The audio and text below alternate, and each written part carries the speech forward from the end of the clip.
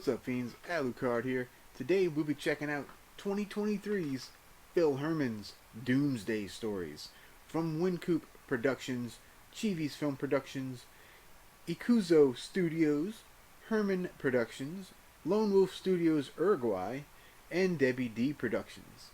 This is an anthology film directed by multiple artists in the low-budget realm, including Derek Braasch, James Panetta, Marcello Fabani, Phil Herman, and Joel D. Wincoop.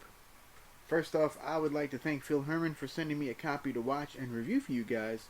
I will have links and socials in the description box below, so be sure to check that out. So we start off with information that we are in the year 2025, and only 8,000 people worldwide have survived the pandemic due to a new strain called the Meanies, and it creates mutants and death and destruction, that sort of thing. 30 years later, we meet Zorak, who's played by Phil Herman, a survivor that wants to share stories from the old world using a notebook he found from a lady that was killed. So now we get into the stories. The first story, which is probably my favorite, is called A Broken Promise, and is directed by Derek Braasch. It centers around a man named Rick, played by Justin Bauer, and his dog traveling to retrieve his daughter. That's all I'm going to say story-wise, because anything else would give too much away. Next up, we have a story called Bomb Threats, directed by James Panetta, and stars Debbie D as Katrina. She experiences constant bombing in her neighborhood and spends the night at an acquaintance's bomb shelter. What could go wrong?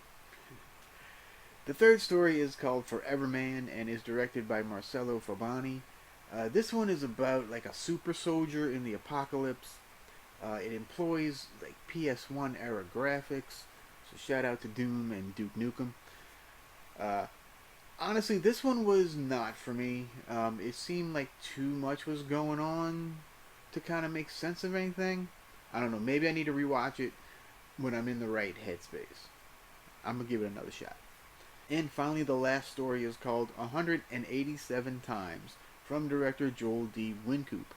This one's about a time traveler named James Kirk, played by Wincoop himself, trying to prevent the pandemic from happening. Phil Herman also appears in this one in a different role other than Zorak. It's kind of funny, it's kind of cheesy, it's kind of everything you ask for, in this type of thing.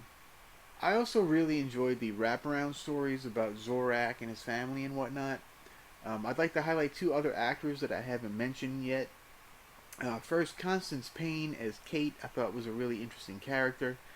And it's always fun seeing Tim Hatch pop up in these low-budget films.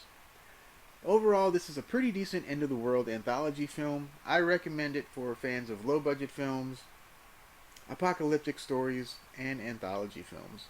You can order the film right now by contacting either Phil Herman or Joel D. Wincoop on Facebook Messenger. Copies are currently $20, including postage. So not a bad deal at all. Again, I'd like to thank Mr. Phil Herman for sending me a copy to review. Check him out, he's a great guy. And until next time, remember to stay spooky.